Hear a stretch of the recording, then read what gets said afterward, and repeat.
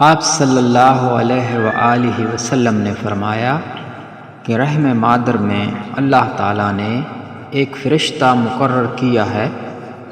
وہ کہتا ہے، اے رب اب یہ نطفہ ہے، اے رب اب یہ علقہ ہو گیا ہے، اے رب اب یہ مضغہ ہو گیا ہے۔ پھر جب خدا چاہتا ہے کہ اس کی خلقت پوری کرے تو کہتا ہے کہ مذکر یا مؤنث، بدبخت ہے یا نیک بخت، روزی کتنی مقدر ہے اور عمر کتنی۔ پس ماں کے پیٹ ہی میں یہ تمام باتیں فرشتہ لکھ دیتا ہے۔